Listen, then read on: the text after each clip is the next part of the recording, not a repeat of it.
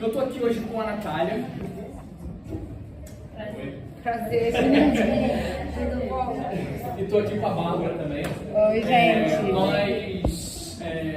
Nós temos uma produtora chamada Abacateiro. Vou ler uma poesia para vocês. Vocês aceitam?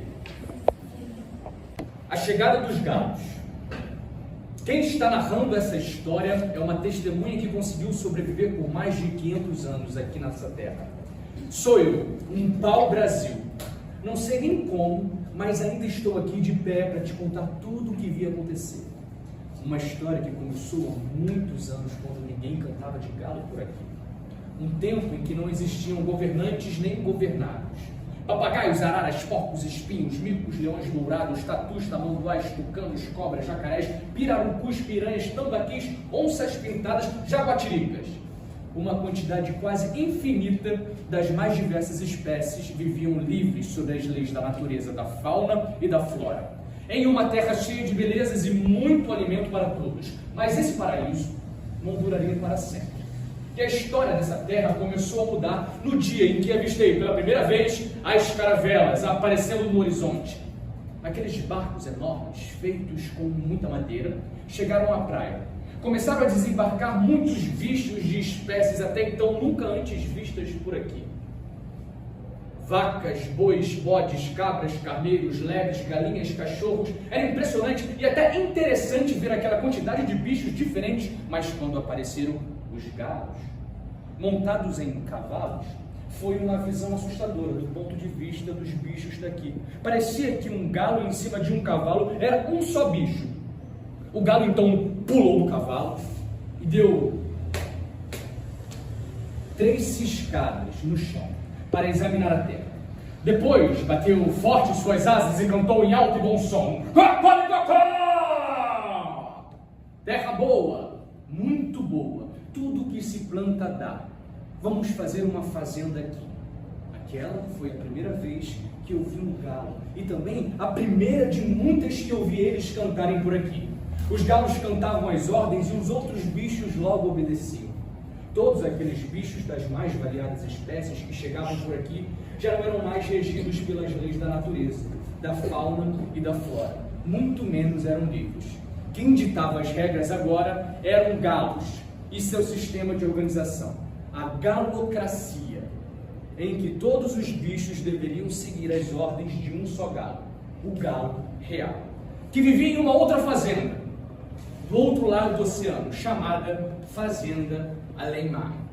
Esse é um trecho do livro Bichocracia e que pretende falar sobre a construção dos sistemas de poderes em que o Brasil viveu, desde lá da galocracia até o que chamamos de bichocracia.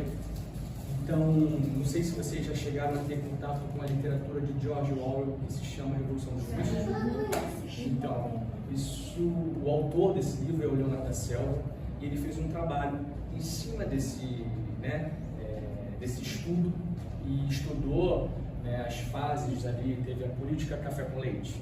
Aí no livro ele traz a política osso com leite, onde cães e gatos disputam o poder e vão trocando de poder, de tempos em tempos, e dominam, monopolizam esse poder. É falar de história também de uma forma um pouco mais simples e com outros personagens, para a gente também, através da imaginação, ampliar um pouco o que aconteceu de história no nosso país. Esse catálogo editorial, ele tem uma proposta de falar sobre temas que estão à margem do Brasil. Temas que não são dos heróis emoldurados. A gente não vai falar sobre Dom Pedro, a gente não vai falar sobre Dom Pedro II, a gente não vai falar sobre a família real, a gente não vai falar sobre os presidentes da era da Nova República. Não, a gente vai falar sobre indivíduos comuns dentro desse catálogo. Nós temos um box de 7 livros, são 7 autores, e o nome do nosso catálogo é Genipapo Upade Parechu, 7 escritas de encruzilhada. Por que esse nome? Por que colocamos esse nome?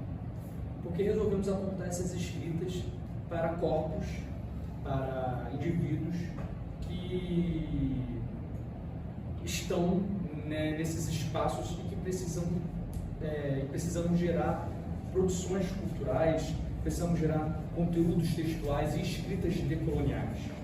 Então, quando a gente fala de Jenipapo Urucum, nós temos escritas de indígenas, onde o projeto hoje está atuando com indígenas dentro da produção literária. Quando a gente fala de um Padê Parechu, o que é um Padê Parechu? E por que nós estamos falando sobre uma religião de matriz africana, no caso... Exatamente. E que é muito importante a gente também trazer. Algum de vocês sabe o que significa a palavra Exu? Exu é identidade. A Maria queria saber. Alguém? Exu, na grafia Urubá, significa esfera. E Exu, dentro do nosso catálogo editorial, é um corpo que vai transver e um corpo que vai permear a margem, certo? É um comunicador. O que é um padê? O padê é um alimento que se faz para oferendar a essa energia. Muito tempo, essa palavra Exu foi demonizado por conta da colonização dos ingleses. Quando os ingleses chegam na África, e os portugueses também, no processo da diáspora africana, eles chegam e eles começam a ver pessoas cultuando um Deus que canta, um Deus que dança. Então aquilo ali é o oposto do que eu acredito, na cabeça do europeu, vamos dizer assim, certo? Então, quando a gente tem um movimento da vinda dessas pessoas para cá, para o Brasil, e a gente começa a introduzir essa cultura, isso faz parte também do que do que nos atravessa. Então, esse catálogo editorial ele vem apontando esses lugares, sabe? Vocês se lembram que importaram o coração de Dom Pedro I para cá, para o Brasil, para celebrar o bicentenário? Foi ano passado. Você se lembra disso? E nós tivemos um grande massacre na época dos Pinambás, que eles foram massacrados, né, no início da colonização, ainda mais quando a gente tinha guerra dos franceses com os portugueses. Vocês chegaram a estudar isso? A gente resolveu apontar esses lugares na nossa escrita, sabe? A gente ganhou um edital da Secretaria de Cultura, da Retomada Cultural, né? Então, conseguimos produzir esses livros. Mas antes de produzir esses livros, e falar um pouco mais dele, eu queria ler, e eu queria saber se vocês topam ler algumas coisas. Quem gosta de ler poesia? A Bárbara. Então vamos ler. Vamos fazer uma dinâmica? O livro vai passando, quem sentir vontade de ler, abre e... Na minha aula, eu até poder.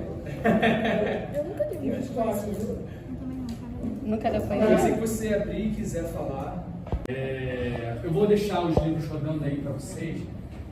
Vocês podem ir folheando. Eu trouxe aqui algumas ilustrações, porque assim, geralmente os ilustradores, né, hoje em dia, eles fazem tudo em tablet, tudo digital, né, no iPad. E aí a gente resolveu não fazer no iPad. A gente falou, cara, vamos inovar, inovar, né? A gente falou, inovar fazendo no papel, mas assim, é real. Vamos dar uma mudança, isso, porque a gente reparou assim que os traços ficam bem originais, sabe? Quando você faz no papel mesmo, então eu fiz no papel com tinta e caneta. E aí depois a gente levou na gráfica, digitalizou no scanner, e aí a menina passou pro livro, a Júlia, né? Então, assim, esse processo foi bom, assim, demora mais para você fazer os desenhos, quando você, por exemplo, faz um desenho e não gostou de alguma coisa, aí você tem que apagar ou refazer, ou então, tipo, dá muito trabalho. Mas é um processo também que você aprende muito e que você sente mais. você bota mais a sua identidade ali, sabe? O digital sei lá, o traço do computador. Não que não tenha essência, tem a essência do artista ali, sabe? Mas, ideia, né? isso, mas eu acho que O papel é vivo. e aí eu trouxe algumas ilustrações, vou mostrar pra vocês. Essas aqui são as originais que eu fiz e digitalizamos. Ó, essa aqui é do livro do Bichocracia. Mostra pra cá também, Nath. Eu vou passar pra lá. Do Bichocracia. Nossa, ficou muito Isso aqui é tinta, o vermelho é tinta e o preto é caneta. Xilogravura. Já teve uma vez que uma mãe de um aluno fez um cordel. A gente já fez um cordel, não foi? Isso é uma coisa. Esse é até de fundo. Tá até mais lá na frente. Essa é o Essa daí é do. Essa daí. Tem essa aqui também, esse é bem legal. Olha essa aqui, ó, mostrando pra câmera. Essa aqui é do Parto, do livro Parto. Esses livros, eles fazem parte de um catálogo editorial chamado Genipapo, Urucum e um Padê Parexu, 7 escritas de encruzilhada. Certo? O que significa? Nós estamos falando aqui de um apontamento de um Brasil que não é contado por aí o tempo inteiro. Então, aí eu estou entrando na parte da história, na parte como eu posso dizer, na parte... Mas está entrando um pouco mais na parte da história. Esse projeto, ele foi contemplado pela Secretaria de Estado de Cultura e Economia Criativa do Estado do Rio de Janeiro. A gente ganhou um edital chamado Retomada Cultural, onde nós produzimos esses 7 livros, que é um catálogo editorial. Esse processo editorial, ele foi feito a muitas mãos. A proposta dele é falar sobre o que está à margem do Brasil. Indivíduos comuns. O que seriam indivíduos comuns? A minha avó, a minha bisavó, meu tataravô, sua bisavó, seu tataravô, pessoas que têm vida como eu, pessoas que não são heróis emoldurados. O que seriam heróis emoldurados para você?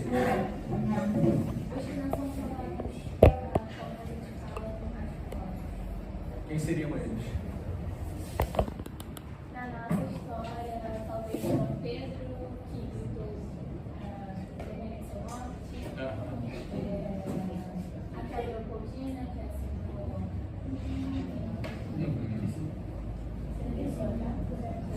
Alguém mais?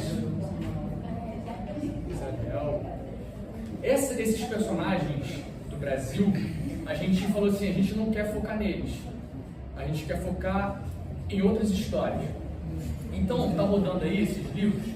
Nesses livros vocês vão ver que existem histórias, por exemplo, o Parto. Quem tá com o livro Parto na mão?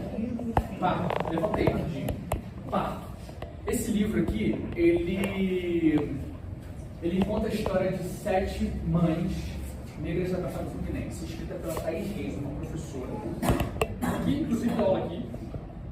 E ela conta essas histórias. São 7 histórias cruzadas, são 7 histórias muito fortes, viscerais, né? Ela resolveu entrevistar mães, mas descobriu que essas mães são filhas também, e tem outras histórias. Aqui nós falamos sobre ancestralidade em todos os livros. E vocês se interessam por ancestralidade? Sim. E como é que vocês fazem para buscar a ancestralidade de vocês?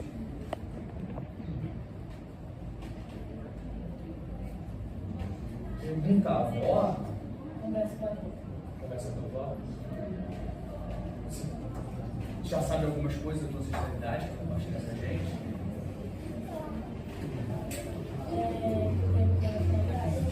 Qual? Português. Mais alguém que falou de ancestralidade que toparia compartilhar com a gente aqui? Fala. Eu descobri que que o meu tataravô, ele era plantador de cana-de-açúcar na Ilha da Madeira, na Ponta do Sol.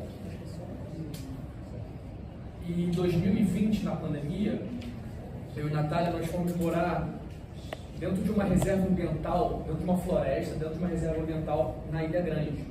Vocês conhecem a Ilha Grande? Sim. A gente foi morar lá e a gente, assim, a cidade já não estava mais dialogando com a gente e a gente falou, vamos para a floresta, vamos viver no tempo da terra, vamos viver no tempo da floresta, vamos viver no tempo do sol, vamos viver no tempo da natureza, vamos cozinhar. Lá a gente morava a 20 minutos, tinha uma praia, né? A gente tinha que subir e fazer uma trilha de 20 minutos e era reserva ambiental, assim, era bicho mesmo, selvagem. Eu quase fui picado por uma cobra coral na época e tive uma experiência de conviver com os bichos, né? E foi muito transformador para mim isso. E com essa vivência de retornar e buscar minha ancestralidade, eu descobri que o meu avô era caiçara, né? E aí eu falei, pô, estou aqui de alguma forma, essa ancestralidade ela está vivendo em mim. Então estou aqui na ilha também, estou vivendo com caiçaras, perto de comunidades de caiçaras. Então adquirir esse contato, esse pertencimento foi muito importante. Depois nós retornamos novamente para o Rio para fazer nossas ações culturais, né? Então a ancestralidade ela é muito importante para a gente se sentir preenchido e que alguma coisa faça sentido no nosso agora. E aí vem a provocativa. O que te encanta? Cadê a folha ofício branca? A gente passa distribuindo uns papéis para vocês. Eu vou propor uma dinâmica. O que te encanta? O que é o encantamento? Encantar é o quê? O que sem aquilo a sua vida se torna chata? O que você faz que você se sente mais próximo de você? Porque encantar a vida é um ato diário para a gente não endurecer na vida adulta. E aí eu vou distribuir esses papéis, eu, Natália e Bárbara, a gente vai distribuir os papéis para vocês e vocês escrevem o que encanta a vida de vocês, tá bom? Para que quando vocês encerrarem um ciclo da vida de vocês, que é esse ciclo da escola, para quando vocês abrirem esse papel, vocês lembrarem do que encanta vocês, para quando vocês forem fazer o que vocês querem fazer, faculdade, ou uma viagem, ou descobrir o mundo, o que for, lembrar do que encanta a vida de vocês. Beleza? Vou agradecer aqui, vou fazer um fechamento, então, passou rápido, não sei pra vocês aí como é que foi, pra mim passou muito rápido. Assim, eu quero agradecer a escuta de vocês, primeiro, tá? Obrigado por compartilhar a atenção, a escuta, a presença, isso é muito importante. Gostei muito de trocar com vocês. O que me trouxe aqui foi esse projeto, foi esse livro, são esses livros, né? É o que vem. Eu tenho essa pergunta, o que te encanta? Eu faço para mim o que me encanta. Isso tem sido a minha bússola no meu estilo de vida, nas minhas andanças por aí, no meu fazer. E a gente tem que sempre reencantar o nosso dia a dia.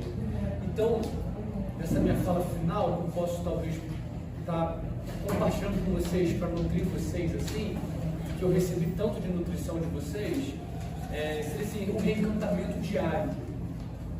Não deixem que nada, nem ninguém, nem o sistema desencantem vocês.